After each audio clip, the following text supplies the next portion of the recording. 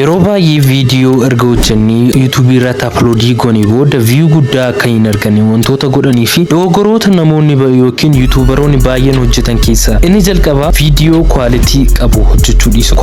Quality yeroo jennu kaameeraa gatii guddaa fayyadamuu qabna jechuu keenya osoo hin taane bilbiluma harkaa qabnu viidiyoo keenya erga waraabne booda appiiwwan garaagaraa fayyadamuudhaan fakkeenyaaf CapCut fayyadamuudhaan editii erga goone yookiin quality isaa editiidhaan dabaluu jechuudha. Appiiwwan garaagaraa editiidhaan nu fayyadan keessaa CapCut filatamaadha jechuudha. Inni lammaffaan thumbnail yeroo jennu viidiyoo quality qabnu erga hojjennee booda cover viidiyoo kanaaf ta'u kan isa madaaluun kan viidiyoo keenya ibsu ta'uu qaba jechuudha. Viidiyoo gaarii hojjennee garuu thumbnail hin qabu taanaan viidiyoon keenya abdii hin qabu jechuudha. View guddaa kan hin argannes fakkeenyaaf thumbnail bifa haala salphaa ta'een yoo hojjennee view guddaa kan ni argatu. Kanaafuu thumbnailiin view guddaa kan argatu yookiin view baay'ee kan argatuuf gahee guddaa qaba jechuudha. Thumbnail yeroo hojjennu wantoota nuti hubachuu qabnu jechoota gaggabaabaa thumbnail keenya irratti fayyadamu. Hamma danda'ametti mallattoolee viidiyoo keenya ibsu tokko fayyadamne fakkeenyaaf waa YouTube yoo ta'e amma waan viidiyoon kun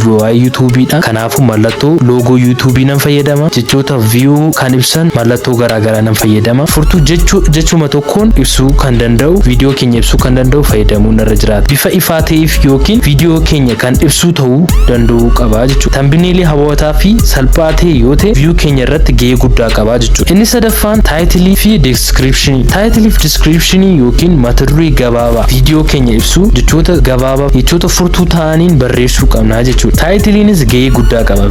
Namoonni search gochuu kan danda'anii fi title dheeraa kan hin taane gabaabaa fi ifaa ta'e ta'uu qaba. Descriptioninis baay'ee barbaachisaadha jechuudha view keenya irratti. Fakkeenyaaf waa'ee viidiyoo keessanii gabaabaa dhumatti maal akka ta'e barreessuu jechuudha. Yookiin social media garaagaraa yoo qabaatan Facebook page yoo qabaatan yookiin Telegram channel yoo qabaatanis achirratti linkii isaa kaa'uudhaan social media garaagaraa guddisuu ni dandeessu jechuudha. Taagii garaagaraas as keessa description keessatti barreessuu ni dandeessu. Haala kanaan YouTubein keessan view guddaa viidiyoon YouTube keessan irratti hojjetan view guddaa kan argatu ni godha jechuudha. Wantoota sadii kana fayyadamtanii jalqaba irratti viidiyoo quality qabu ni hojjetu. Sanii booda viidiyoo quality qabu erga hojjettanii booda thumbnail hawwataa fi namoota ofitti harkisuu danda'an namoonni tuquu danda'an jechoota gabaabaa fi mallattoolee garaagaraa fayyadamtanii thumbnail yookiin coverii viidiyoodhaaf hojjechuu qabdu. Itti aansee title fi description taagiis ni dabalataa jechuudha. Sadaffaa irratti wantoota sadii kan yoo fayyadamtan viidiyoo tokkoon view baay'ee argachuu ni dandeessu. Subscribe'inis argachuu ni dandeessu jechuudha. Haala kanaan view keenya dabaluu ni dandeenya. Wantoota sadii kana qofa sirreessuudhaan